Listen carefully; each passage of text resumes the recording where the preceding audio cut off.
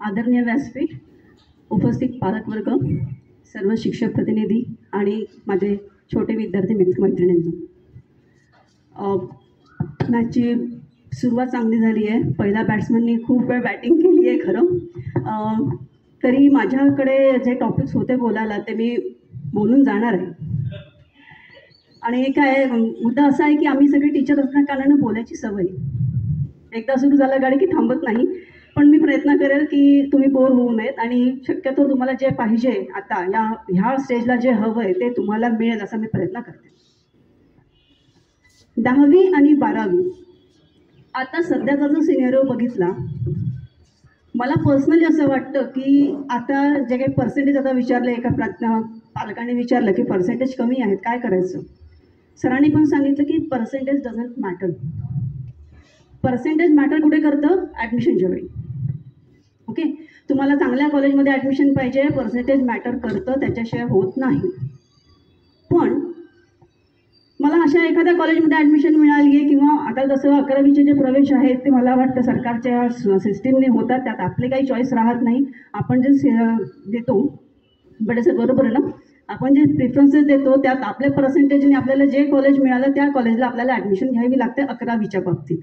आणि 12वी नंतर जर तुम्ही ग्रॅज्युएशनचा विचार केला तर ऑब्व्हियसली बऱ्याचशा कॉलेजेसमध्ये, जसं मी आता Garware college of commerce autonomous college आहे आणि आता हे आमचं दुसरं वर्ष असणार आहे NEPचं. तर माझ्या कॉलेजच्या अनुभवावरून मी इतकं सांगू शकते की मेरिट लिस्ट आता बऱ्याचशा चांगल्या कॉलेजमध्ये लागते. तर ऑब्व्हियसली मेरिट लिस्ट जेव्हा आपण म्हणतो तेव्हा पर्सेंटेज मॅटर करतं. पण ह्या दोन्ही गोष्टींचा विचार न करता जर मी म्हटलं की चला मला एखाद्या अशा कॉलेजमध्ये ॲडमिशन मिळाली की जे काही फार रेप्युटेड नाही आहे, कदाचित तिथे टीचर्स चांगले नाही आहेत किंवा कदाचित तिथलं ॲडमिनिस्ट्रेशन चांगलं नाही असेल, असंही असू शकतं. अशा वेळी काय नाराज व्हायचं आहे का आपल्याला? नाही. ॲडमिशन कुठे मिळते यापेक्षा आपण कसं डील करतो हे जास्त महत्त्वाचं आहे. आणि मी स्ट्रॉंगली रेकमेंड करेल की बऱ्याचदा असं होतं ना की ॲडमिशन मिळाल्यानंतर पुढे मुलांना कॉलेजमध्ये जायची इच्छाच नसते. बरेचसे लोक जे कॉमर्सकडे वळलेले असतात, माझा अनुभव सांगते की कॉमर्सला ॲडमिशन घेतली की मला CSES व्हायचं आहे, मला कॉलेजमध्ये जायची गरज नाही. Whatever is I will do with my coaching classes. CSESचे कोचिंग क्लासेस असतात, तिथे काय ते मी शिकेन, कॉलेजला जायचं नाही. हा खूप मोठा भ्रम मुलांमध्ये आहे. मी तुम्हाला स्ट्रॉंगली रेकमेंड करेन की रोज कॉलेजमध्ये जा. का असं सांगते मी? सरांनी स्किल्सबद्दल आता बोललेच सर, हे स्किल्स कुठे मिळतात हो? रस्त्यावर उभं राहून स्किल्स मिळणार नाही आहेत आपल्याला. हे स्किल्स सगळे कॉलेजच्या कॅम्पसवर डेव्हलप होतात. तुमचं जे कम्युनिकेशन स्किल आहे, ॲप्टिट्यूड आहे, मेंटॅब आहे आणि सगळ्यात महत्त्वाचं म्हणजे आता जो सिनॅरिओ बाहेर आहे मार्केटमध्ये, मग तो मार्केट इंडस्ट्रियल मार्केट असो की इतर कुठलंही मार्केट असो, त्या सगळ्या मार्केटमध्ये जो सिनॅरिओ आहे तो सिनॅरिओ असा आहे की तुम्ही किती कॉन्फिडेंटली, चुकीचंही बोलता आलं पाहिजे, कॉन्फिडन्स असला पाहिजे की पुढच्याला वाटेल की मी बरोबर बोलतोय की नाही, हा चुकीचं बोलतोय पण तो इतक्या कॉन्फिडेंटली बोलतोय की मला प्रश्न पडावे की माझा अभ्यास खरा आहे की नाही. कॉन्फिडन्स असला पाहिजे आपल्या वागण्या बोलण्यामध्ये. करिअर सिलेक्शन करताना मी बेसिकली एक गोष्ट नेहमी मुलांना सांगते, ते म्हणजे SWOT ॲनालिसिस. सगळ्यांनी ऐकलंय SWOT, SWOT, SWOT ॲनालिसिस ऐकलंय का? हा प्रकार एक एक्सरसाइज म्हणून तुम्ही आज घरी गेल्यावर सर्वांनी करा. 10वी असो 12वी असो आणि इन्क्लुडिंग पालकांनी बसून सुद्धा हा प्रकार करायचा आहे. हे SWOT ॲनालिसिस काय आहे? S stands for strength, W stands for weaknesses, O stands for opportunities and T stands for threat what ever. सगळ्यात आधी तुमचे स्ट्रेंथ काय आहे? मला इंजिनियर व्हायचं आहे, मला डॉक्टर व्हायचं आहे, नाही मला मग काहीतरी आणखी वेगळंच काहीतरी करायचं आहे, हा विचार केल्यापेक्षा आधी तुमच्या कपॅसिटीज काय आहेत आधी ते बघा. बऱ्याचदा असं होतं ना की आपले दिवा स्वप्न असतात. जसं मलाही वाटत होतं की मी ॲडव्होकेट व्हावं, पण नंतर लक्षात आलं की माझी तेवढी कपॅसिटीच नाही आहे. कारण ॲडव्होकेटसाठी दोन्ही गोष्टी आहेत, खोटंही स्ट्रॉंगली बोलता आलं पाहिजे आणि खरंही स्ट्रॉंगली मांडता आलं पाहिजे, है ना. तुमचं तितकं कॉन्फिडन्सली तुम्हाला ते बोलता आलंच पाहिजे, खरं खोटं दोन्हीही. वादविवाद करता आला पाहिजे. पुढच्याशी बोलता जर तुमचे हातपाय थरथर कापत असेल तर तुम्ही ॲडव्होकेट होऊच शकत नाही. बरोबर आहे. भांडणं करता येतात, ज्यांना स्ट्रॉंगली भांडणं करता येतं ना ते ॲडव्होकेट होऊ शकतात असं मला वाटतं. म्हणजे हा माझा what ever I am speaking here is totally my personal views. ह्याच्यामध्ये असं कोणीही त्याचं विपर्यास करू नये. तर तुमच्यामध्ये काय स्ट्रेंथ आहे ते बघा. स्ट्रेंथ कुठल्या कुठल्या असायला पाहिजे जर सक्सेसफुल व्हायचं असेल तर? कन्सिस्टन्सी. त्यानंतर तुम्ही सांगू शकता स्वॉट अनालिसिसमध्ये स्ट्रेंथ कुठल्या कुठल्या पाहिजे. जसं मी सांगितलं कन्सिस्टन्सी ही स्ट्रेंथ असू शकते. आणखी सातत्य असलं पाहिजे तुम्ही जे काही करतात त्यात. दुसरं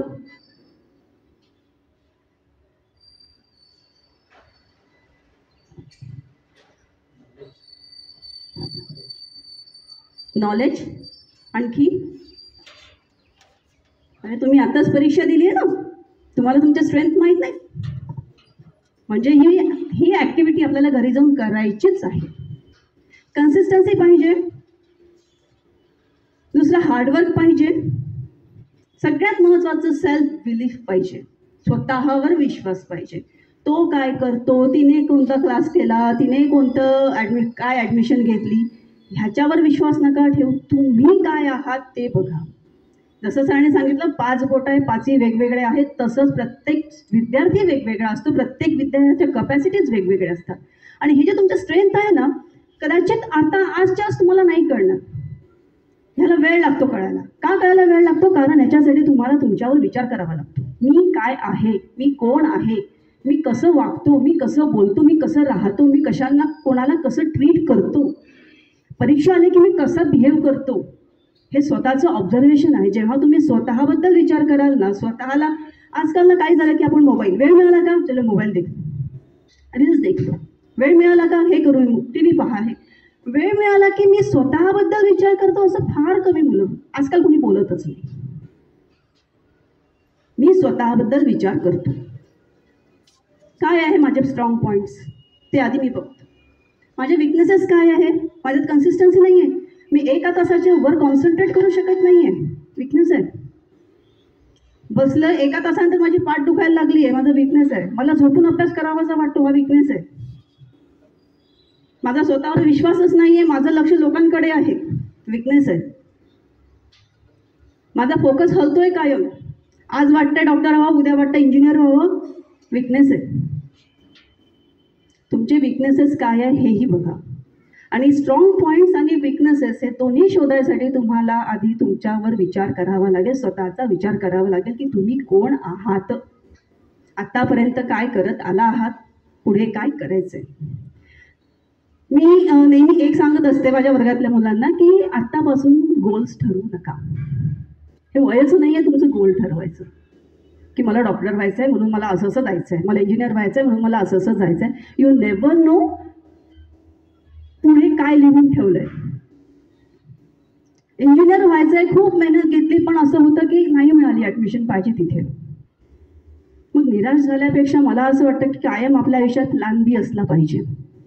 जर माझा प्लॅन ए हा मेडिकल लाईन आहे तर प्लॅन बी काय असू शकतो ह्याचा मी विचार करून ठेवलाच पाहिजे. हे नाही झालं तर मी काय, पण मग प्लॅन बी आहे म्हणून प्लॅन ए वर फोकस नाही करायचा असं नको आहे. आपला 100% काहीही सिलेक्ट करा, 100% द्यायचं आहे. आणि जेव्हा 100% देता तेव्हा एक सॅटिस्फॅक्शन जे मिळते ना, ते सॅटिस्फॅक्शन महत्त्वाचं आहे रादर तुम्हाला नोकरी मिळते का त्याच्यापेक्षा. कारण जेव्हा तुम्ही एखादं काम केलं ते काम पुढच्याला पसंत येतं न येतं ह्याहीपेक्षा मी माझं काम प्रामाणिकपणे केलं, 100% दिलंय, हे महत्त्वाचं आहे.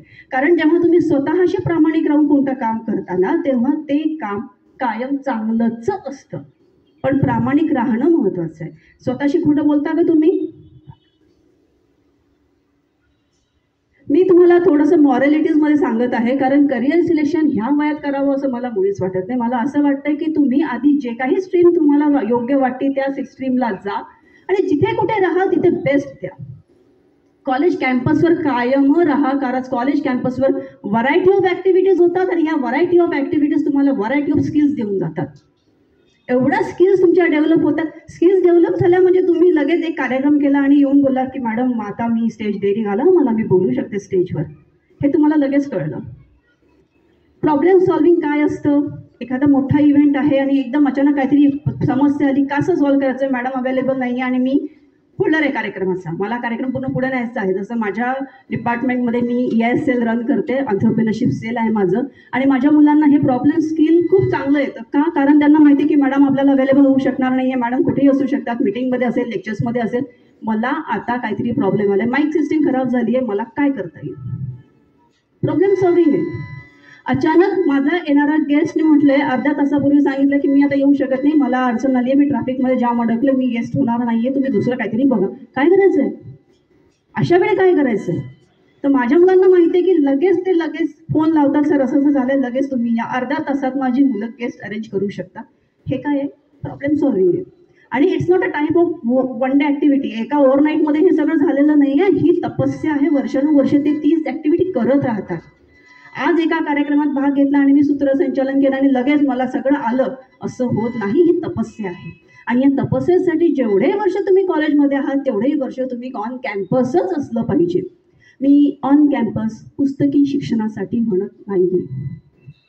ते काय करता तुम्ही मला माहिती आहे, ज्याच्या मी पूर्णतः विरोधात आहे की तुम्ही काय करता, छोटे छोटे बिट्स आणता. आजकाल ते निराली आणि काय काय असतं ते बोगस पुस्तकं, माझ्या दृष्टीने ती बोगस आहेत, कारण ती रेफरन्सेस नाही आहेत. ती वाचता, आदल्या रात्री अभ्यास करता, दुसऱ्या दिवशी पेपर देतात, पास झाले, सॅटिस्फाईड झालं. हे असं नाही आहे. तुम्हाला अभ्यासही करायचा असेल तर रेफरन्सेसमधनं करणं, चांगल्या पुस्तकातनं अभ्यास करणं आणि अशा छोट्या छोट्या पुस्तकातनं अभ्यास करणं, त्यातून मिळालेलं नॉलेज, दोन्हीमध्ये जमीन आसमानाचा फरक आहे. पण हेही होऊ शकतं तुम्ही कॉलेजच्या कॅम्पसवर राहून, लायब्ररी अटेंड करून, व्यवस्थित रेफरन्सेस घेऊन, नोट्स काढून, टीचरच्या कनेक्टमध्ये राहून, टीचर्सचा गायडन्सने तुम्ही व्यवस्थित हे सगळं करू शकता. पण लाईफ स्किल जे काही गेन करायचं आहे ते सगळं कॉलेज कॅम्पसवर मिळू शकतं. ती एकमेव प्लॅटफॉर्म आहे. तुम्हाला घरी बसून, रस्त्यावर उभं राहून, मित्रांशी चॅट करून, यूट्यूब पाहून हे काहीही मिळणार नाही आहे. आणि प्लीज आणखी एक रिक्वेस्ट आहे, शॉर्टकट मारणं सोडा. आजकालच्या मुलांना शॉर्टकट्स मारायचे असतात. ओव्हरनाईट लगेच अर्धा तासात, एका तासात सगळं झालं पाहिजे, हे जे आहे ना, ही वृत्ती आधी बदला. मी जसं म्हटलं ना की 100% देण्याचं सॅटिस्फॅक्शन काय असतं हे एकदा 100% देऊन बघा, मग समजेल की काय असतं 100% दिल्यानंतर आपल्याला काय वाटतं. आणि ती जी फिलिंग आहे ना, ती जगातल्या कुठल्याही फिलिंगच्या थोडीची नाही आहे. इतकी अप्रतिम फिलिंग आहे की मी माझं 100% दिलं. तर स्ट्रेंथ आणि विकनेसेस सॉर्टमधले हे दोन्ही तुम्हाला बघायचे आहेत. आज घरी गेल्या गेल्या पालकांना बसून तुम्ही तुमच्या आईवडिलांशी बोलून हे करा. मी पालकांना विनंती करते की त्यांनी मदत करा, कारण त्यांचं ऑब्झर्वेशन जास्त आहे तुमच्यावर की माझा मुलगा नेमका काय करतो, किती वेळ अभ्यास करतो, काय बघतो, काय वाचतो, कुठे जातो. पालकांना हे जास्त माहिती आहे तुमच्यापेक्षाही, कारण तुम्ही स्वतःला बघत नाहीत, पालक तुम्हाला बघत असतात. तर पालकांना पण माझी विनंती आहे की हे S आणि W बघायला तुम्ही नक्कीच मुलांना मदत करा. पुढे आहे अपॉर्च्युनिटीज. अपॉर्च्युनिटीजमध्ये काय करायचं आहे आपल्याला की मी एखादी स्ट्रीम निवडली आहे, सपोज सायन्स आहे किंवा आर्ट्स आहे, कॉमर्स आहे. पुढे चालून त्याला काय काय अपॉर्च्युनिटीज आहेत. जसं सरांनी सांगितलं, सायन्स म्हटलं की तुम्हाला मेडिकल फील्ड आहे, इंजिनिअरिंग फील्ड आहे, किंवा आणखी सरांनी पॅरामेडिकल फील्ड्स वगैरे बरंचसं काय सांगितलं, किंवा कॉमर्सला अजून काय काय स्कोप आहे हेही सांगितलं. ह्या कोणत्या कोणत्या अपॉर्च्युनिटीज आहे आणि त्यापैकी कोणत्या अपॉर्च्युनिटीमध्ये मी फिट बसणार आहे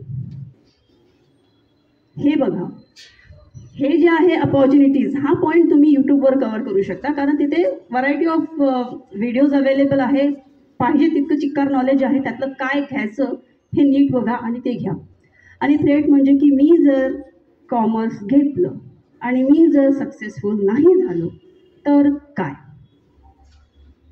जसं मी म्हटलं प्लॅन बी.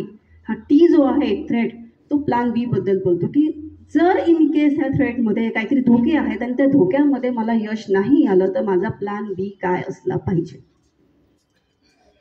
आणि इन जनरल जर सांगायचं झालं तर मी असं रेकमेंड करेल सगळ्यांना की नका विचार करू की मला पुढे काय व्हायचं भविष्यात. पालकांनाही नम्र विनंती आहे की आपल्या पाल्यावर असं कुठलंही बर्डन आणू नका की बाळा तुला हेच करायचं आहे, हेच करायचं आहे. म्हणजे आमच्या घरात सगळे डॉक्टर आहेत तर तू पण डॉक्टरच हो असं माझ्यावर खूप बर्डन होतं.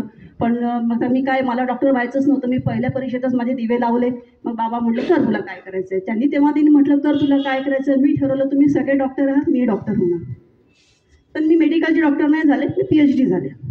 म्हणजे आज मी डॉक्टर जयश्री पवारच आहे. ते वेगळे डॉक्टर आहे, मी वेगळी डॉक्टर आहे, पण डॉक्टर आहे. सो नाऊ माय फादर फील की अरे हा तिने काहीतरी केलं, सॅटिस्फॅक्शन आहे.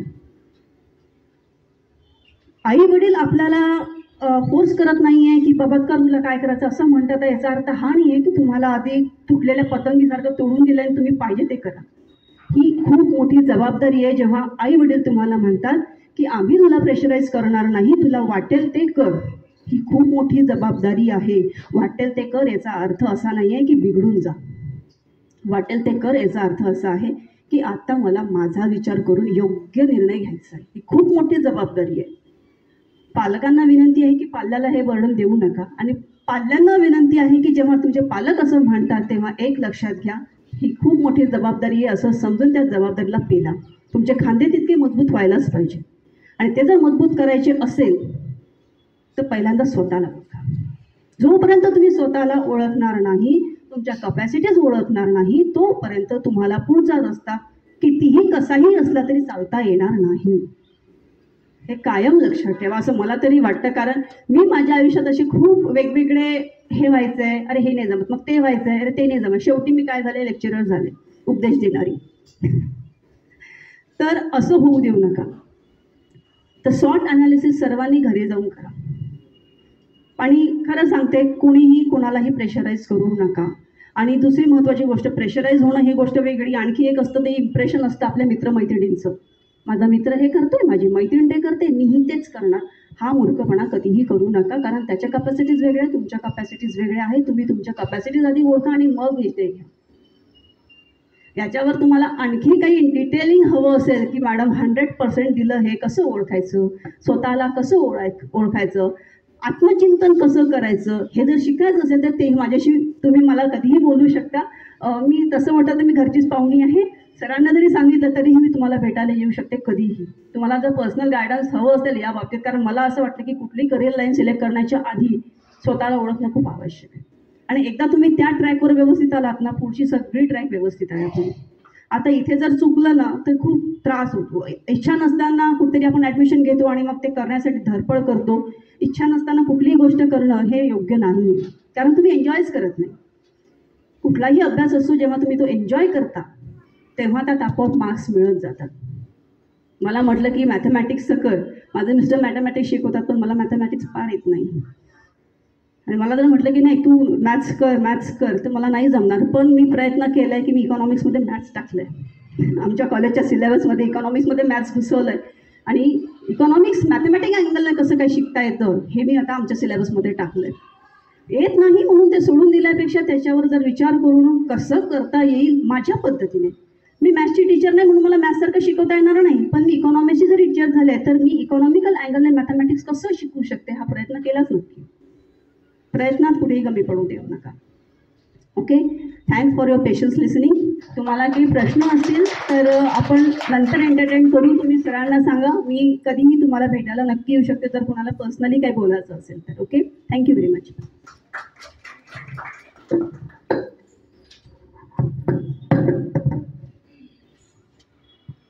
धन्यवाद मॅडम. खूप अनमोल असं मार्गदर्शन मॅडमने केलेलं आहे. आता वेळ होत चाललेली आहे मित्रांनो. मोठ्या माणसाची वेळही तशीच मौल्यवान असते. पालकांनी खूप लवकर येऊन वेळ दिलेला आहे, त्यामुळे आपल्याला कार्यक्रम वेळेत संपवायचा आहे. तर आता शेवटचे पाहुणे राहिलेले आहेत आपले बडे सर. तर बडे सर आपले मनोगत व्यक्त करतील. त्यांना विनंती करते मी की त्यांनी आपलं मनोगत व्यक्त करावं.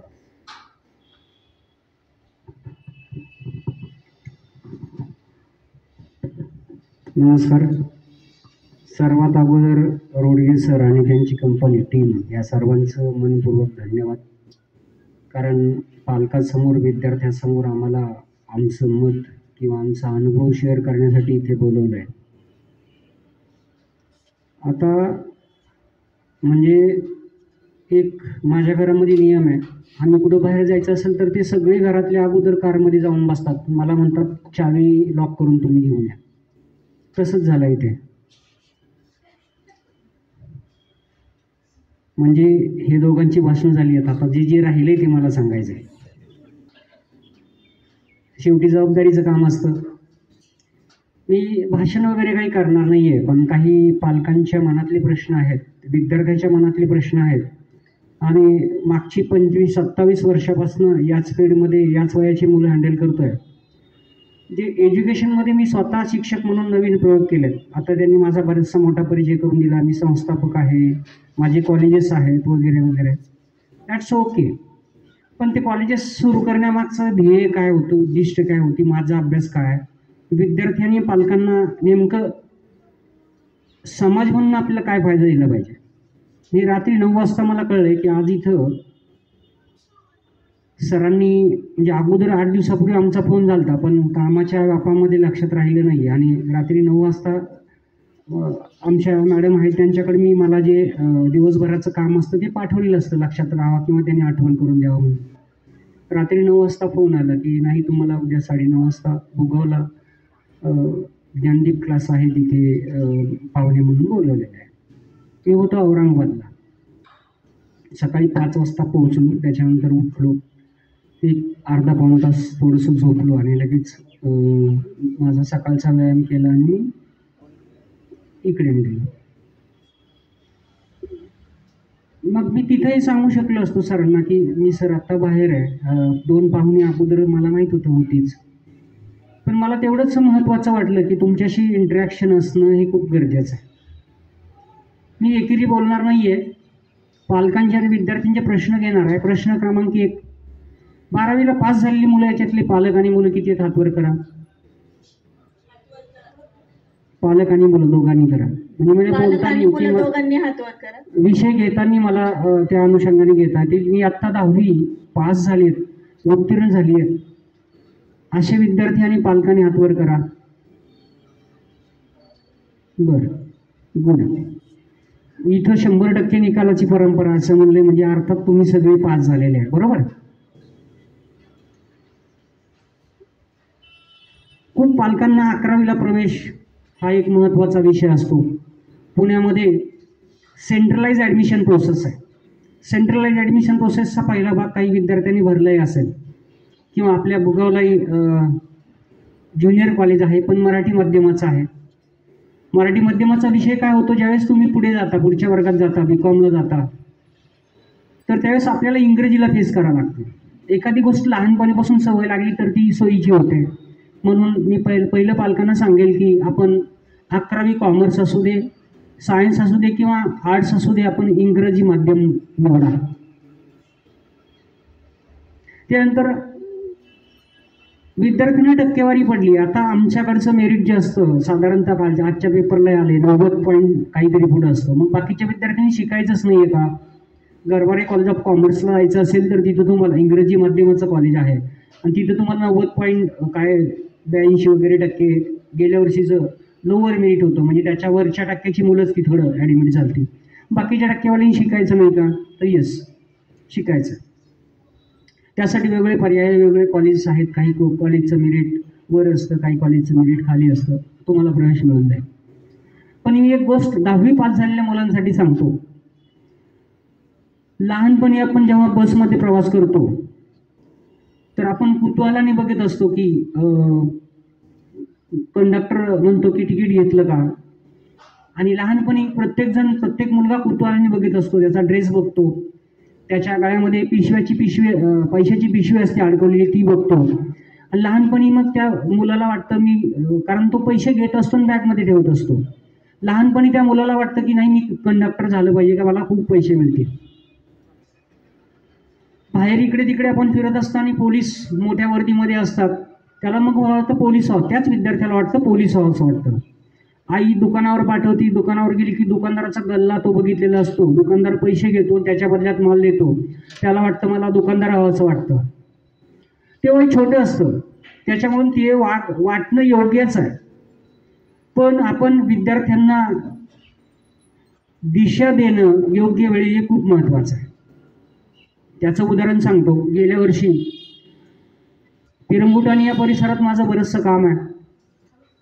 एक साधारणतः 20 वर्षापासून मला जे पालक ओळखतात ते म्हणले, सर माझी मुलगी आता तिच्या आईचा फोन आला, 10 मिस कॉल, म्हणजे असाच एका कार्यक्रमात होतो, 10 मिस कॉल केले. म्हणजे त्यांनी सरांना बोलायचं. आता हे कळत नसतं की समोरचा व्यक्ती फोन घेत नाही म्हणजे काहीतरी कामात असेल. आता मी साधारणतः इथे 1-1.5 तास झाले बसलो आहे, त्याच्यामध्ये मिस कॉल पडलेत. एका कॉलवर एक इमर्जन्सी होतं तेवढा कॉल घेतला, बाकीचे कॉल घेतले नाही. पण समोरच्याला हे कळत नाही की काहीतरी महत्त्वाचं आहे, कारण त्या फोनपेक्षा मला तुमच्याशी बोलणं आत्ता महत्त्वाचं आहे. तर माझा असाच प्रोग्राम संपल्यानंतर मी त्यांना कॉल केला की म्हणलं तुम्ही कॉल केला होता का? हो सर. काही नाही महत्त्वाचं बोलायचं होतं. म्हणलं बोला की. नाही तुम्हाला भेटायचं आहे. मग तुम्ही येत आहे का तिकडे तुमच्या ऑफिसला? म्हणलं मी ऑफिसला येतच नाही आहे, माझं पुण्यामध्येच असतो मी. नाही म्हणजे त्या मुलीच्या वडिलाचा फोन आला. सर तुमची पेरंगुट एरियामध्ये चक्कर आहे का, कधी येणार आहे? म्हणलं नाही येणार, पण काही महत्त्वाचं असेल तर नक्की येईल. म्हणले कधी येणार आहे? म्हणलं साधारणतः सॅटर्डेचाच काहीतरी मी दिवस दिला त्यांना, सकाळी 9:30ची वेळ. म्हणलं या तुम्ही तिथं.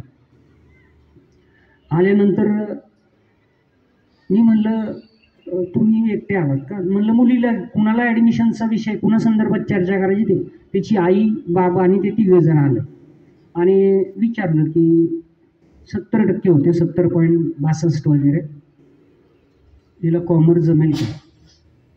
मी म्हणलं नाही जमणार. ते म्हणले नाही जमणार कसं काय म्हणतात सर? म्हणलं मी काय म्हणू, जमणार म्हणू का?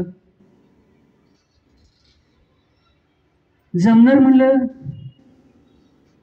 तरी अडचण, नाही जमणार म्हणलं तरी तिकडनं अडचण. हा प्रश्नच येतो, जमणार आणि न जमणार हा प्रश्न येतोच कुठून. 70% मार्क मिळेल आणि बाकीचे मुलं करतात तसं आपण नाही करायचं.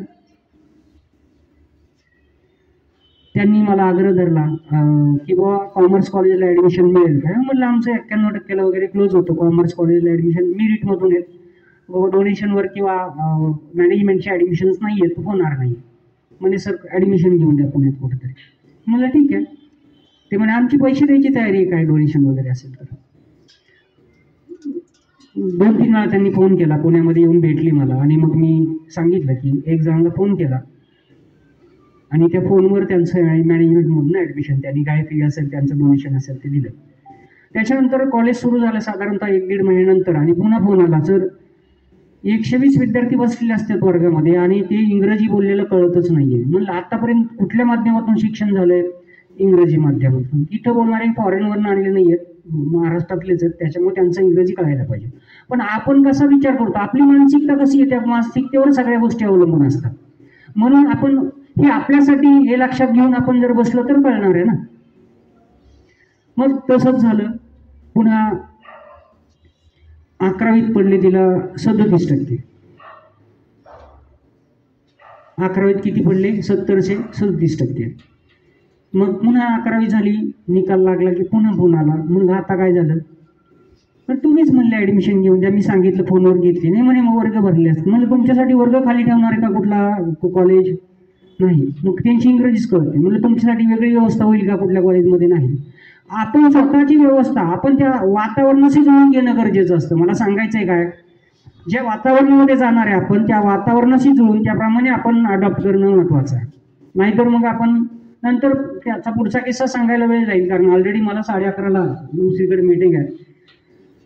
मग काय झालं पुढे वगैरे सगळं सांगायचं तात्पर्य एवढं की आपल्याला ज्या वातावरणामध्ये जाणार आहे आपण त्या वातावरणाशी जुळून घेणं गरजेचं आहे.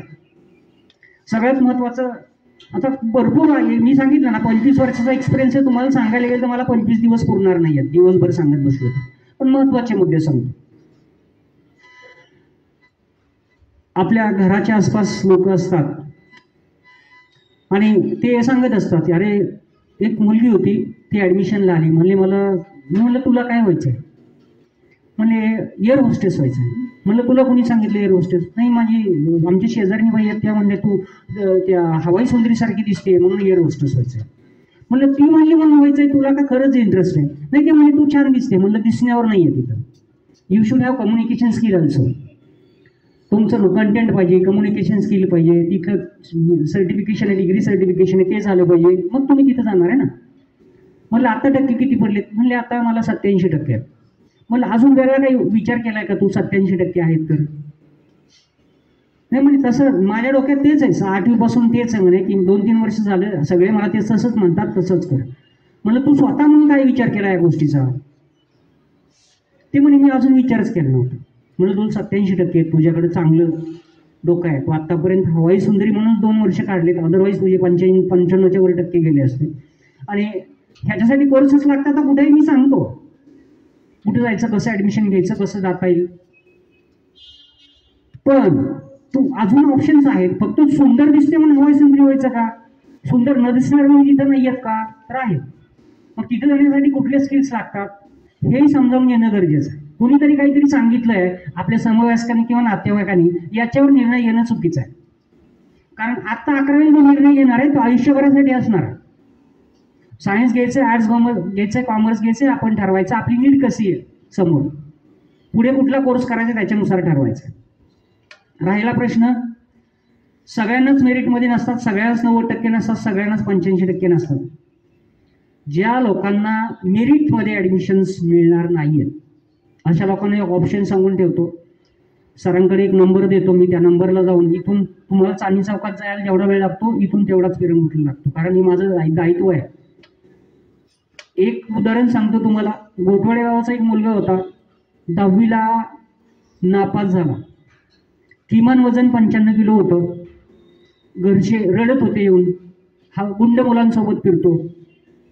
10वीला एक विषय गेला, कुठंच ॲडमिशन दिली नाहीये. कुणीतरी सांगितलं या सरांना जाऊन भेटा, काहीतरी पर्याय काढतील. तर मी त्याला सांगितलं की कसं काय रे विषय गेला. म्हणला सर पेपरच्या आदल्या दिवशी माझा मित्र आहे, त्याने पुस्तकं माझं नोटबुकच घेऊन गेला, मला अभ्यासच नाही करता आला. म्हणलं कसं काय? म्हणलं आमच्या ग्रुपचा मित्र होता आणि त्यांनी दिलंच नाही त्या दिवशी, त्यांनी विकत नव्हतं घेतलं. मग मी विचार केला, हा जर आत्ता जर आपण बाहेर ठेवला क्लासरूमच्या 1 वर्ष, तर अजून आपण एक गुंड पोचणार आहे मुलजीमध्ये. अजून एक आपलं इनडायरेक्ट दायित्व आहे की आपण एक गुंड तयार करणार आहे. मी प्राचार्यांशी बोललो आमच्या इकडं आणि सांगितलं की मॅडम याला ॲडमिशन देता येईल का?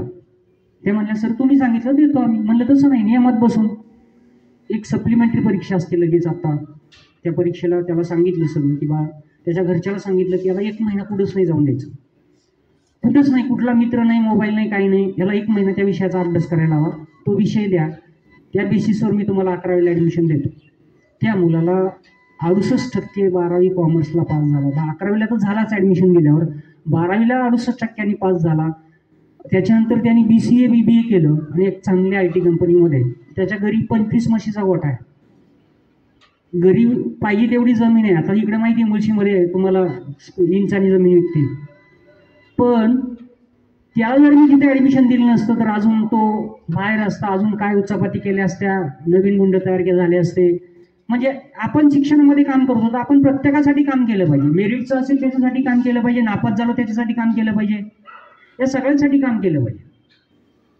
आणि मी सांगितलं की जेव्हा तो 12वी पास झाला त्याचे आईबाबा आले म्हणजे गावात आमच्या सत्कार ठेवला आहे तुमची, आमच्या ग्रामपंचायतीत या. म्हणलं माझं कामच आहे, सत्कार करायची गरज नाही, त्यात काय मी वेगळं केलं नाही, मला जे वाटलं ते केलं. आणि सगळ्या शिक्षकांचा विरोध, हो तो नापास झाला 10वीला, सर तुम्ही ते 11वीच्या वर्गात बसताय. म्हणलं तुम्ही शिकवायचं काम करा त्याला, त्याच्या अडचणी असतील ते सोडवा, फक्त आला नाही तर त्याच्या पालकांना फोन गेला पाहिजे, एवढं काम करायचं, तुम्ही बाकीचं काहीच करायचं नाही. शिकला व्यवस्थित, कारण वातावरणात आला त्यांनी अडॉप्ट केलं, त्या वातावरणात समरस झाला. आणि त्यांनी सांगायचं तात्पर्य म्हणजे की आपण जिथं जाऊ तिथं त्या पद्धतीने वागलं, ऐकून घेतलं तरच आपल्याला पुढं चांगले दिवस येतील. फार वेळ येणार नाहीये. सगळ्यात महत्त्वाचं आत्ता म्हणजे मी एम्प्लॉयर पण आहे. दरवर्षी किमान 2-3 कॉलेजेस असल्यामुळे किमान 100 लोकांच्या मुलाखती घ्याव्या लागतात किमान. त्याच्यामुळं किती लोकांकडे डिग्री आहेत, त्या डिग्रीवाल्यांना फक्त डिग्री असेल तर नोकरी मिळते का? तर नाही. त्या लोकांकडे आतानीच सरांनी सांगितलंय शिक्षणातलं वास्तव, श्रीवास्तवचा लॉंग फॉर्म होतो शिक्षणातलं वास्तव, चांगलं सांगितलं त्यांनी. जयश्री मॅडमनी अत्यंत व्यवस्थित तुम्हाला मार्गदर्शन केलंय. आणि त्याच्या पलीकडे मी जाऊन काय सांगायचं तर प्रत्यक्षात येणाऱ्या अडचणी विद्यार्थ्यांना, विषय कुठले निवडले पाहिजेत, विषय निवडी माझी. आता बऱ्याच वेळा आमच्याकडं कॉमर्स कॉलेजला 60च मुलांना IT दिलं जातं. कॉमर्सच्या प्रत्येक मुलांनी IT घेतलं पाहिजे, कारण पुढे जे वापरायचं आहे तुम्हाला ते कम्प्युटरवरच काम करायचं सगळं. मग त्याची विषयाची उपलब्धता कुठे असेल, म्हणजे ह्याच्यावर बोलायचा 1 तास लागतो. कुठले विषय निवडले पाहिजेत? साधारणतः 11वीला 8 विषय आहेत. 11वी म्हणतोय मी सायन्स म्हणत नाही, कॉमर्स म्हणत नाही, आर्ट्स म्हणत नाही. किती विषय आहेत? अरे बोला किती? 4 विषय जे आहेत ते आर्ट्स, कॉमर्स, सायन्स, कला, वाणिज्य, विज्ञानसाठी कॉमन आहेत. आर्ट्स, कॉमर्स, सायन्स 4 विषय कुठले कॉमन आहेत सांगतो. एक हेल्थ अँड फिजिकल एज्युकेशन, दुसरं इन्व्हायरमेंटल एज्युकेशन, तिसरं इंग्लिश आणि चौथं लँग्वेज भाषा. साधारणतः 16 भाषा आहेत महाराष्ट्रामध्ये. महाराष्ट्र बोर्डला कुठलीही भाषा निवडू शकता आपण, परीक्षा देऊ शकता.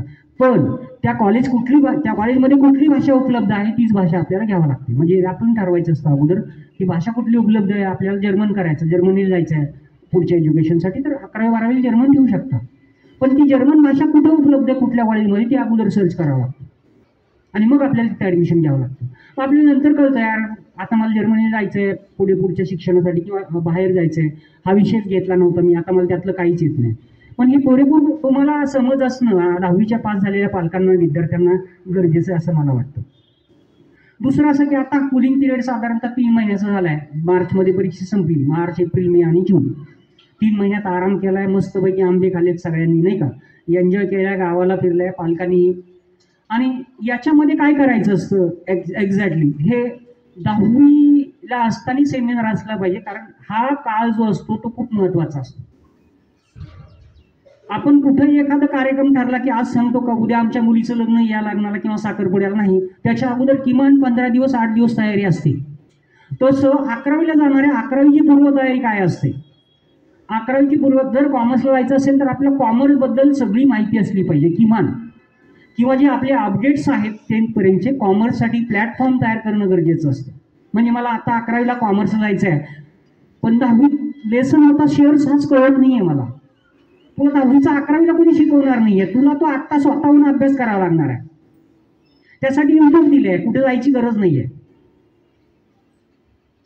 म्हणून आपल्याकडे जो मोबाईल दिलाय, इंटरनेट दिले, त्याचा वापर आपल्या स्वतःच्या समृद्धीसाठी करा. आणि सगळ्यात महत्त्वाचं लास्ट पॉईंट सांगतो, खूप वेळ बोलून झाले, सगळ्यांचं कंटाळा आला असेल सगळ्यांना.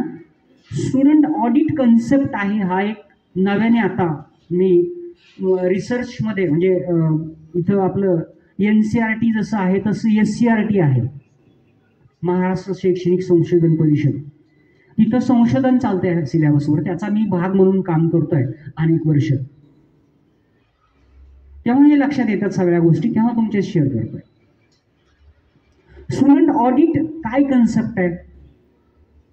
किती तास अभ्यास करतो रे बाळ तू. किती तास अभ्यास केला 10वीला. 5-7 तास अभ्यास केला. काही मुलं 8-8 तास अभ्यास करतात. स्टुडंट ऑडिटमध्ये काय, आपण असं होतं का एखाद्या शॉपवर गेलो, दुकानावर गेलो, 10 रुपयाचे चॉकलेट घेतले, 50 रुपयाची नोट दिली आणि फक्त चॉकलेट घेऊन माघारी आलो, असं होतं का. किती लोक करतात असं. पेट्रोल पंपावर गेलो, 105 रुपयाचं पेट्रोल भरलं, 200 रुपयाची नोट दिली, तसं चालू आहे, असं किती लोक करतात. कोणीच करत नाही. बरोबर का. का करत नाही, कारण आपण ऑडिट करत असतो प्रत्येक गोष्टीचं ऑडिट. तसं मी विद्यार्थ्यांनाही सांगतो की आपण स्वतःचं ऑडिट करा. मी 5 तास बसलोय, मी 5 तासात काय मिळवलंय आहे हे शेवटच्या 6व्या तासात आपण बघितलं पाहिजे. 6 तास वाचलोय आणि काय वाचलं हेच कळलं नाही, त्याचा उपयोग नाही, म्हणजे शून्य. आणि हे दररोज करा. शैक्षणिक संस्थाचे ऑडिट होतात, शॉपचे ऑडिट होतात, इन्स्टिट्यूटचे ऑडिट होतात, डॉक्टरांचे ऑडिट होतात वर्षभराच्या शेवटला. आणि एक सर्टिफिकेट देतो CA की इथं तुमचा प्रॉब्लेम आहे, पुढच्या वर्षी ते नाही झालं पाहिजे.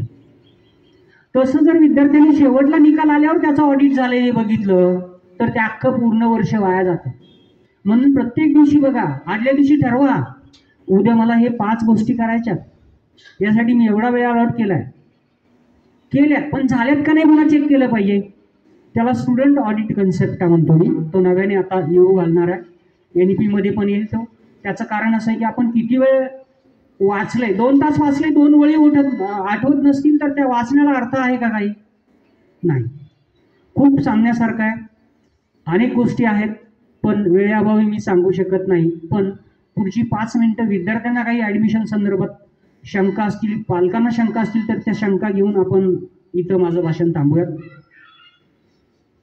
आहेत का कुणाला शंका. पालकांना शंका असतील तर विचारा.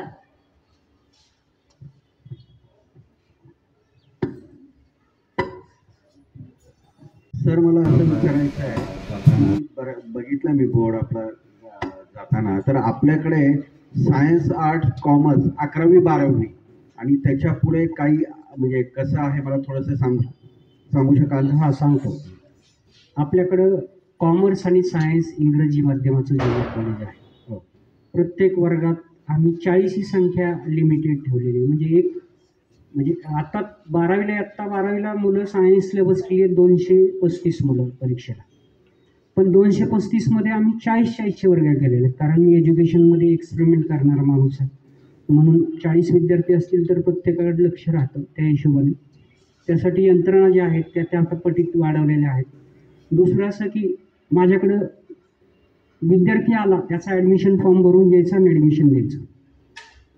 मेरिट लिस्ट लावायची नाही आहे, कारण विद्यार्थ्याच्या मार्कावरून आपण त्या विद्यार्थ्याला जज नाही करायचं. कारण मी काय सांगितलं, आता तुम्हाला एक मुलगा फेल झाला, कशामुळे फेल झाला? त्याच्या मित्राने फोन पण नाही आणि काहीच नाही, पुस्तकच दिलं नाही त्याला अभ्यासाला, त्याच्यामुळे थोडा कमी अभ्यास असेल, असे अनेक कारणं असतात. त्यामुळं त्याला ॲडमिशन द्यायचं की एकदा सीट संपली, कारण आमचे सीमित सीट आहेत, 120 कॉमर्सचे आहेत आणि 240 सायन्सचे आहेत 11वीचे. ज्युनियर कॉलेज आणि परत आपलं नाही, ज्युनियर कॉलेज आणि फक्त ज्युनियर कॉलेज 11वी-12वी. त्याच्यानंतर ते विद्यार्थी मेरिटनुसार आता मुळशी तालुक्यातला घाटापासून इकडं म्हणजे कोथरूडपर्यंत 100% 11वी-12वी सायन्स कॉमर्सचा निकाल देणारं चाणक्य एकमेव कॉलेज आहे त्या परिसरात. मी तिथं काम करत नाही आहे, पण एकमेव कॉलेज आहे की ज्याचा गेल्या 8 वर्षापासून सातत्यपूर्ण 100% निकाल आहे. त्याचं कारण असं आहे की प्रत्येक विद्यार्थ्यावर लक्ष असतं, अभ्यास करतोय नाही करतोय त्या हिशोबाने. आणि प्रवेशाची प्रक्रिया जी असते ती साधारणतः आता 3-4 दिवसात 10वीचा निकाल डिक्लेअर झाल्यापासून सुरू आहे. दररोज लोक घेत आहेत ॲडमिशन आणि लवकर संपतात, कारण म्हणजे बुकुमच्या पाठीमागे 3000 विद्यार्थी आहेत घाटाच्या खाली, म्हणजे 6 इंग्लिश मिडियम स्कूल्स आहेत. आता 3000 विद्यार्थ्यापासून मराठी माध्यमाचं एक ज्युनियर कॉलेज आहे, त्यांचे 160 सीट आहेत आणि कॉमर्सचे मराठी माध्यमाचे 160, म्हणजे 400 विद्यार्थी गेले तरी 2600 विद्यार्थी जे आहेत ते मायग्रेट होतात इकडनं तिकडं. मग आमची किती आहेत? 11वीचे 250, 240 सायन्सचे आणि 360 सगळे सायन्स कॉमर्स सीट्स आहेत, भरून जातात. खूप आता 70 विद्यार्थी जे आहेत ते पुण्यामध्ये कुठेतरी नंबर लागलेत, कुठे SP कॉलेज टिळक रोडला लागला आहे, कुठं राहणारा तिकडला पौडचा विद्यार्थी आहे, जायला 2 तास जातात, 3 तास 4 तास, पुन्हा कॉलेज 6 तासाचं, आणि मग स्वअभ्यास कधी करणार ना? अशी 60 विद्यार्थी नव्याने गेल्या वर्षी 12वीला ॲडमिशन्स त्या परिसरातले जे लांबला. आता मेरिटमध्ये भरताना पालकांना एक्सपिरियन्स नसतो, कुठले तरी कॉलेज टाकून देतात, वाडिया कॉलेजला लागला, इथून वाडिया कॉलेजला जायला 1.5 लाख लागतो, मुळशीहून जायचं म्हणजे 3 तास येणं, 3 तास जाणं कसं शक्य आहे? अभ्यास कधी करणार? काय होतं सर, ग्रामीण भागातल्या विद्यार्थ्यांना फक्त शहरातली कॉलेजेस माहीत असतात, इकडचे कॉलेजेस माहीत नसतात. त्यामुळे बरं आलं तुम्ही हे बघा, आता माझे मोठे म्हणजे आता कोविडच्या अगोदर खूप होर्डिंग असायचे, कारण त्यावेळेस नव्हतं, पण कोविड नंतर एवढ्या लोकांना माहिती आहे. पिरंगुट परिसरामध्ये 2च कॉलेजेस आहेत, एक चाणक्य याची गव्हर्नमेंट मान्यता आहे आणि तिथं अनेक वर्षापासून परीक्षा होतात बोर्डाच्या. बाकी पिरंगुटचं हायस्कूल आहे ते मराठी माध्यमाचं असं आहे. तर काही शंका असतील तिथं प्राचार्यानं जा, माझा रेफरन्स द्या, तिथून मला फोन लावा, काही अडचणी आल्या तुम्हाला तर मी सरांशी पण कॉन्टॅक्ट करून ठीक, अगदी 100% ॲडमिशन मिळेल तुम्हाला. अजून शंका असेल कोणाला पालकांना विद्यार्थ्यांना विचारा. सर थांबूयात.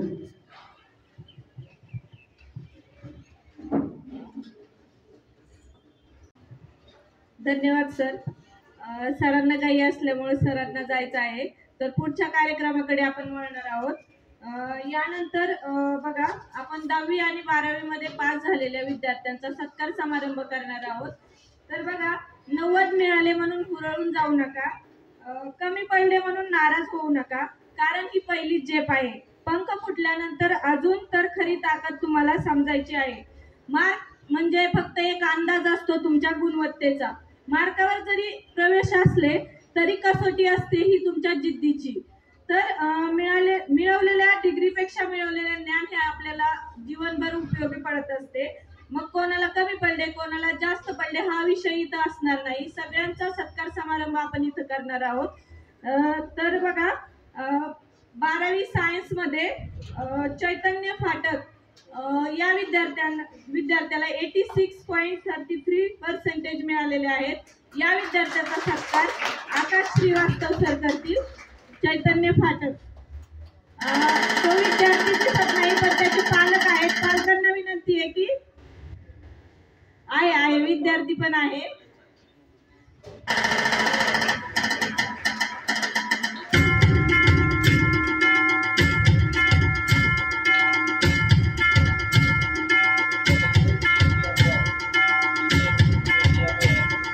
त्याचा PCF group 90 अबो आहे.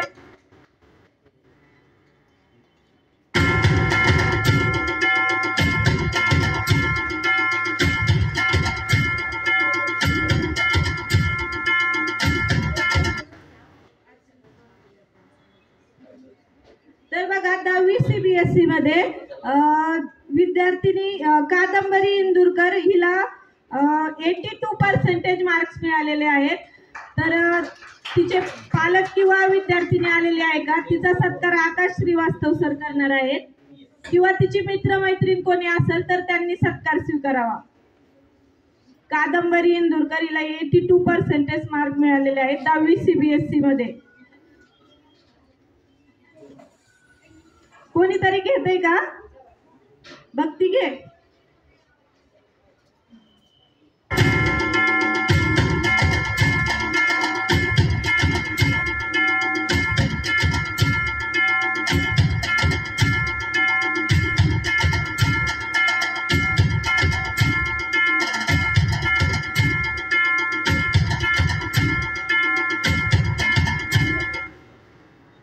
त्यानंतर 10वी SSC मध्ये शुभम सोनार हा विद्यार्थी चांगल्या मार्काने पास झालेला आहे. त्याला 93% पडलेले आहेत. त्याचाही सत्कार आकाश श्रीवास्तव सर करतात.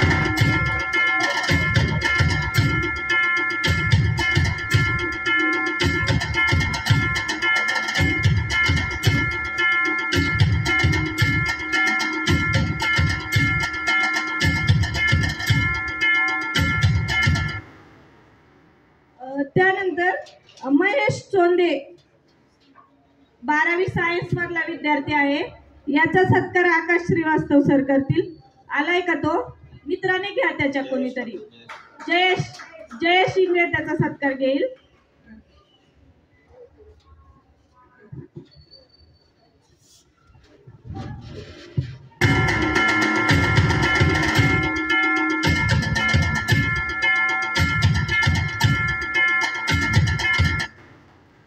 त्यानंतर 10 CBSE मधील विद्यार्थिनी भक्ती साठे हिचा सत्कार आकाश सर करतील. तिला 80% मार्क्स पडलेले आहेत 10 CBSE मध्ये.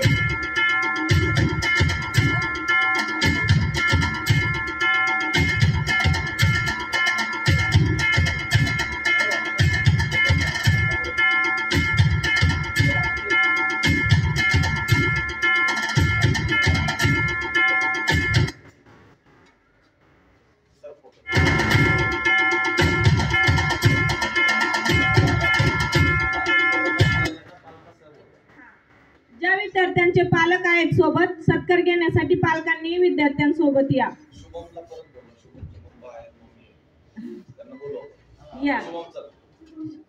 शुभन आणि शुभन सोनार आणि त्याचे पॅरेंट्स.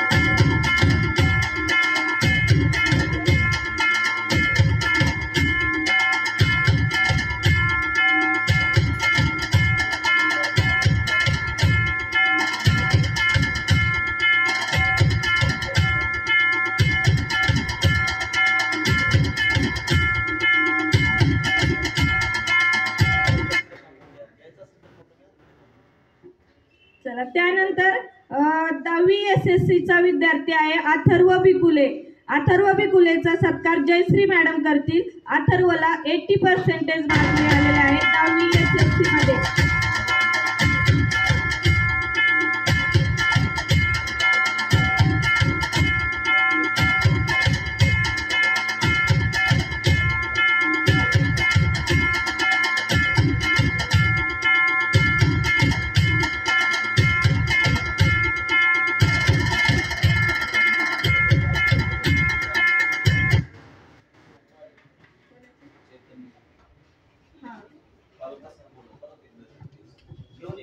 चैतन्य आणि त्याच्या पॅरेंट्सने यावं.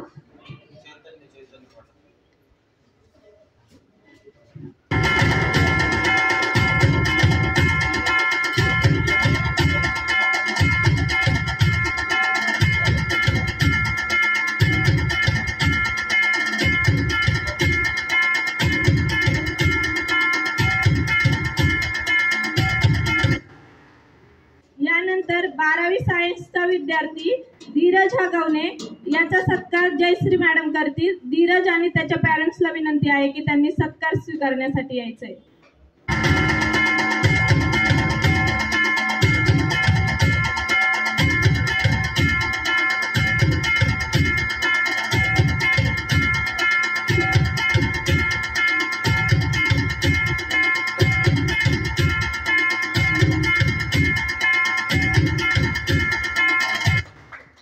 यानंतर 10वी SSC चा विद्यार्थी कुणाल पद्मने याचा सत्कार जयश्री मॅडम करतील. कुणाल पद्मने फर्स्ट क्लास मध्ये पास झालेला आहे. त्यांना पॅरेंट्स असतील तर पॅरेंट्स सोबत सत्कार स्वीकारण्यासाठी यायचंय.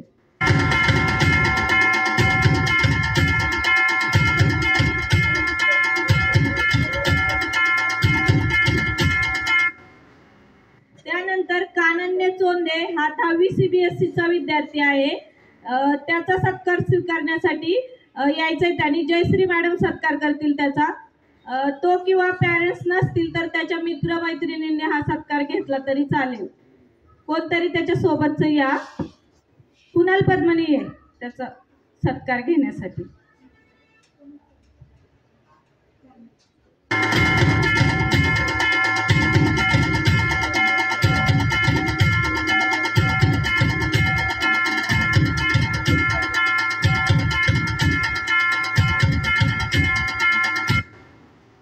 यानंतर 12वी सायन्स मधला जयेश इंगळे याचा सत्कार बोरा सर करतील.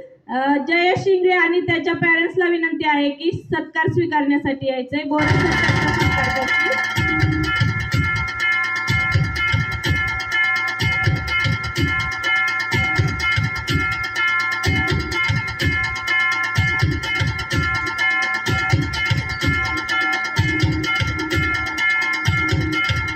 त्यानंतर 12वी सायन्सची विद्यार्थिनी ईशा इंगवले हिचा सत्कार बोरा सर करतील.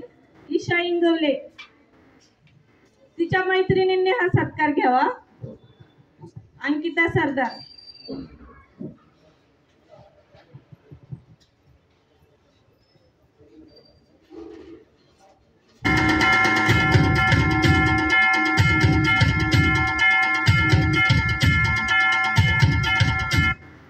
त्यानंतर 12वी सायन्सचा विद्यार्थी आयुष डमाले याचा सत्कार बोरा सर करतील.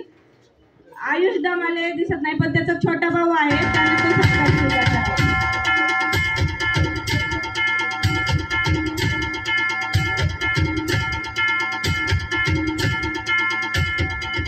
त्यानंतर 12वी सायन्सची विद्यार्थिनी सलोनी चव्हाण हिचा सत्कार रोडगे सर करतील. तर सलोनी दिसत नाही. तिचा सत्कार अंकितानंच घ्यावा. सलोनी चव्हाण.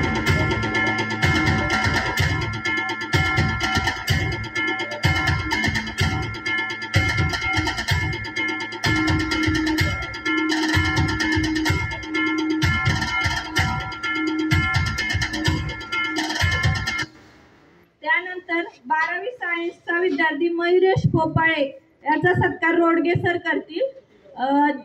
तो पण दिसत नाही. धीरजने त्याचा सत्कार स्वीकारावा.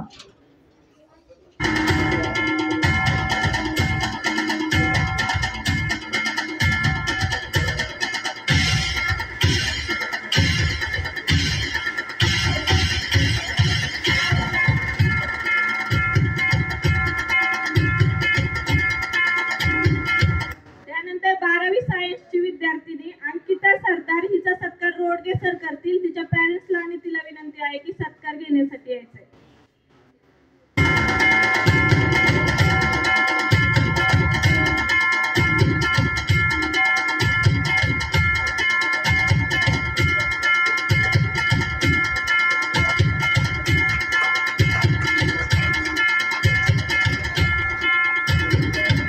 यानंतर 12वी सायन्सचा विद्यार्थी दीपक वारंगे याचा सत्कार रोडगे सर करतील. तो दिसत नाही तर जयेश इंगळेला विनंती आहे की त्याने त्याचा सत्कार स्वीकार करावा.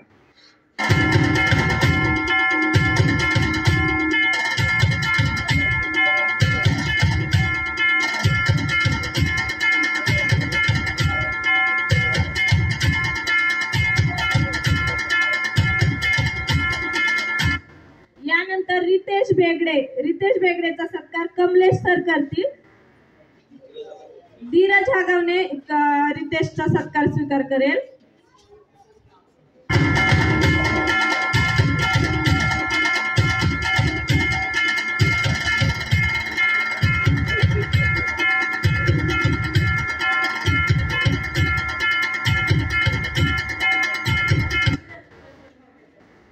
त्यानंतर 12वी सायन्सचा विद्यार्थी प्रज्वल मिरगे याचा सत्कार कमलेश सर करतील. तर त्याचे पॅरेंट्स विद्यार्थी दिसत नाही. धीरज त्याचा सत्कार स्वीकार करेल.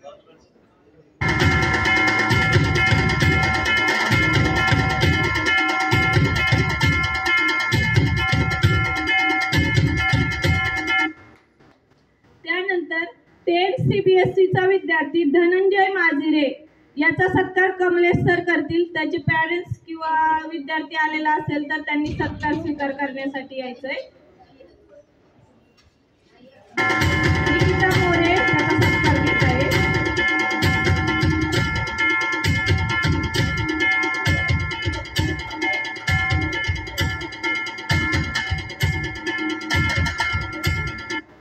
यानंतर 10वी SSCचा विद्यार्थी प्रज्ञेश माजिरे याचा सत्कार कमलेश सर करतील.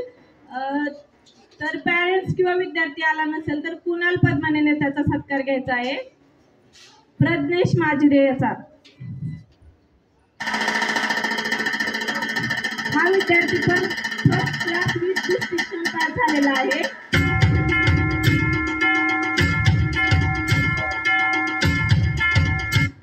यानंतर निकिता मोरे या विद्यार्थिनीचा सत्कार कमलेश सर करतील. निकिता मोरे ही फर्स्ट क्लासने पास झालेली आहे 10th SSC मध्ये.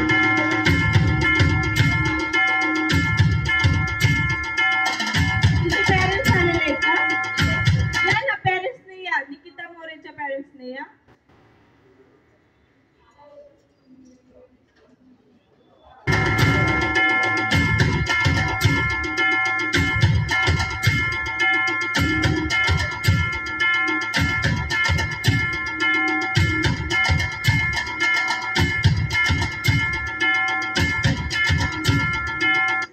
यानंतर स्नेहा फाटक या विद्यार्थिनीचा सत्कार योगेश पाटील सर करतील. तर स्नेहाला विनंती आहे की तिने सत्कार स्वीकारण्यासाठी यायचंय. जर ती आली नसेल, तिचे पॅरेंट्स नसतील तर आनंदी रोडगेला विनंती आहे की तिच्या मैत्रिणीचा सत्कार स्वीकार करण्यासाठी यायचंय. ती पण फर्स्ट क्लास पास झालेली आहे.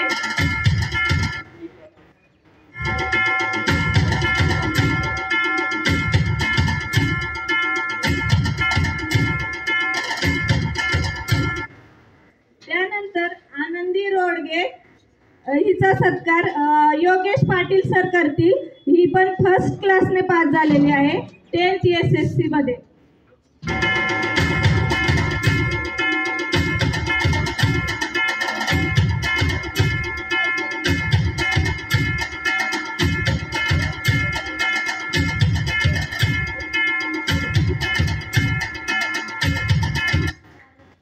त्यानंतर पियुष धमाले या विद्यार्थ्याचा सत्कार योगेश पाटील सर करतील.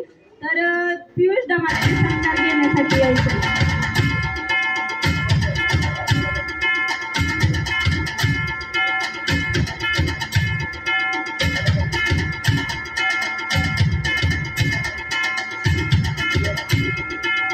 आपण फर्स्ट क्लासने पास झाला आहे. त्यानंतर सिद्धेश चोंदेचा सत्कार पाटील सर करतील. सिद्धेश चोंदे पॅरेंट्स आलेले दिसतात आहे, त्यांनी स्वीकार करायचा आहे सत्कार त्याचा. या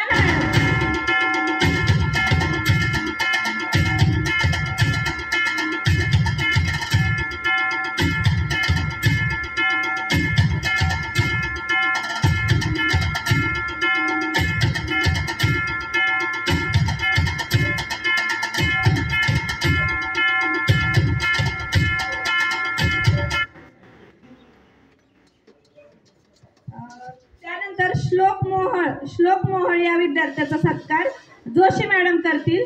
तर श्लोक मोहळचे पॅरेंट्स आलेले आहेत का? ठीक ठीक आहे, निकिता मोरे त्याचा सत्कार स्वीकार करेल. जोशी मॅडमला विनंती की निकिता श्लोक मोहोळचा सत्कार करायचा आहे.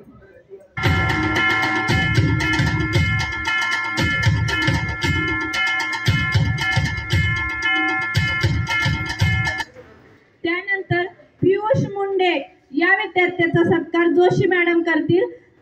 तर पियुष मुंडे आणि त्याच्या पालकांना विनंती की सत्कार घेण्यासाठी यायचंय. पियुष मुंडे हा पण फर्स्ट क्लासने पास झालेला आहे 10th SSC मध्ये.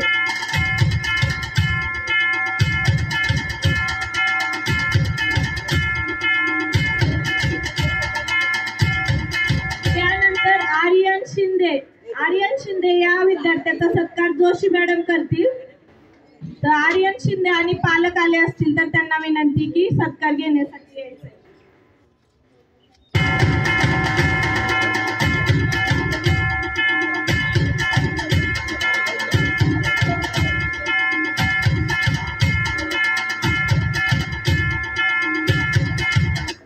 त्यानंतर गणेश खारवडे या विद्यार्थ्याचा सत्कार रोडगे मॅडम करतील. गणेशला विनंती की सत्कार घेण्यासाठी यायचंय.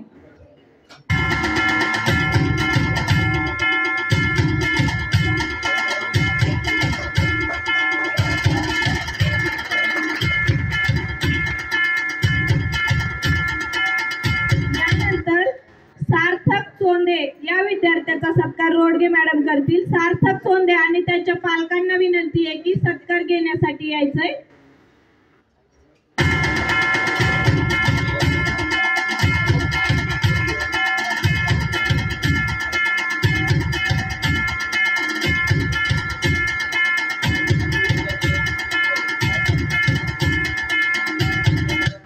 त्यानंतर शुभम श्रीरामे या विद्यार्थ्याचा सत्कार रोडगे मॅडम करतील. तर शुभमला विनंती आहे, त्याचे पॅरेंट्स असतील तर त्यांनी पण या सत्कार स्वीकार करण्यासाठी.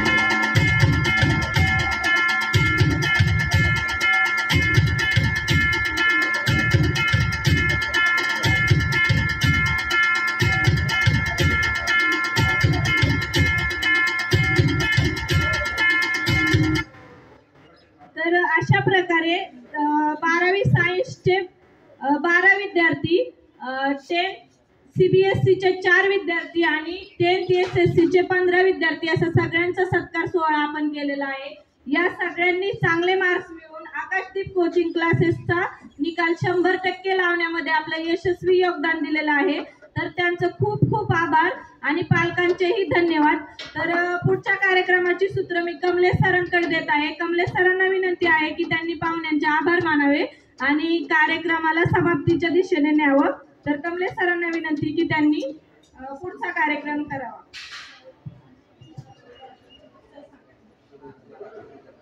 धन्यवाद मॅडम. आजच्या आपल्या कार्यक्रमाचे प्रमुख पाहुणे श्री रमेश बडे सर, श्री आकाश श्रीवास्तव सर आणि डॉक्टर जयश्री मॅडम, ह्या तिघांचा मी आभार व्यक्त करतो. आपल्या विनंतीला मान देऊन ते इथे उपस्थित झाले आणि त्यांनी वेगवेगळ्या विषयावर विद्यार्थ्यांचे करिअर गायडन्स मार्गदर्शन केले. त्यासाठी मनापासून सगळ्यांचे धन्यवाद. तसेच आकाशदीप कोचिंग क्लासेसचे संस्थापक, आजच्या कार्यक्रमाचे अध्यक्ष श्री शिवलिंग रोडगे सर, त्यांचेही मी आभार मानतो. त्यांच्या मार्गदर्शनाखाली आपण हा आजचा कार्यक्रम पार पाडलेला आहे. तसेच कार्यक्रमाला उपस्थित सर्व शिक्षकगण, पालकवर्ग आणि माझे लाडके विद्यार्थी मित्रांनो, कार्यक्रमाला उपस्थित राहून कार्यक्रमाचा शोभा वाढवली त्यासाठी मी सर्वांचे आभार आणि अध्यक्षाच्या वतीने मी हा आजचा कार्यक्रम इथेच संपलेला आहे असे मी जाहीर करतो. कार्यक्रमानंतर अल्पोपहाराची सोय केलेली आहे, त्याचा आस्वाद घेतल्याशिवाय कोणीही जाऊ नका. तत्पूर्वी मी सर्वांना विनंती करतो की सर्वांनी राष्ट्रगीतासाठी इथे उभे राहावे. धन्यवाद.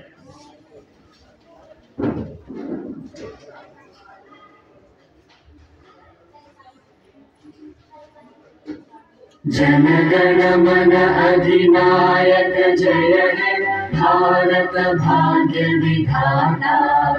पंजाब सिंध गुजरात मराठा द्राविड उत्कल गंगा. विंध्य हिमाचल यमुना गंगा उज्जल जलधि तरंगा तव शुभ नामे जागे तव शुभ आशीष मांगे गाहे तव जय गाथा जन गण मंगलदायक जय हे भारत भाग्य विधाता जय हे जय हे जय हे जय जय जय जय हे भारत माता की वंदे वंदे